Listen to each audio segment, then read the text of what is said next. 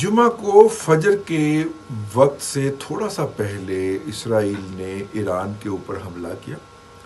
اسرائیل کے F-16 دندناتے ہوئے آئے، انہوں نے ایران کی ایٹمی صلاحیتوں کو تباہ کیا، ان کے آرمی چیف کو شہید کیا اور بغیر کسی رکاوٹ کے واپس چلے۔ ایران کے پاس جو ایئر ڈیفنس کے لیے طیارے تھے، جو انٹرسیپٹر تھے، وہ 1960 اور 70 کی دہائی کے جدید ترین طیارے تھے، یعنی اس وقت جدید تھے۔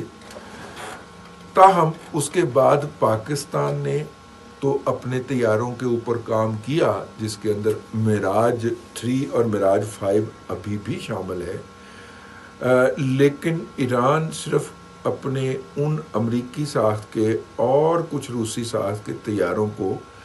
بس پینٹ ہی کرتا رہا ہے۔ نتیجہ یہ ہے کہ جوابی انٹرسیپشن کے لیے کوئی ایک طیارہ اڑ نہیں پایا ایران کا، اور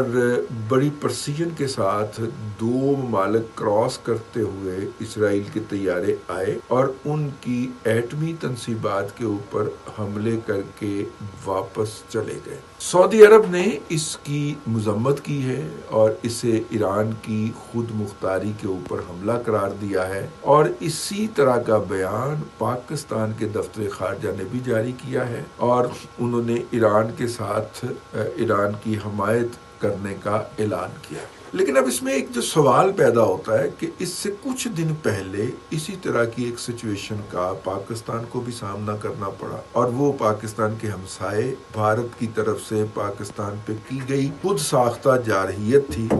جو کہ ان کے خیال کے اندر پاکستان کے اندر موجود دہشت گردوں کو، مبینہ دہشت گردوں کو انجام تک پہنچانا تھا۔ پاکستان نے اپنی خود مختاری کا، اپنی آزادی کا بڑے مؤثر طریقے سے دفاع کیا، اور ایگزیکیوشن کو ہم اس ایڈوانس لیول پہ لے گئے کہ دنیا نے دانتوں کے اندر انگلیاں دبا لی۔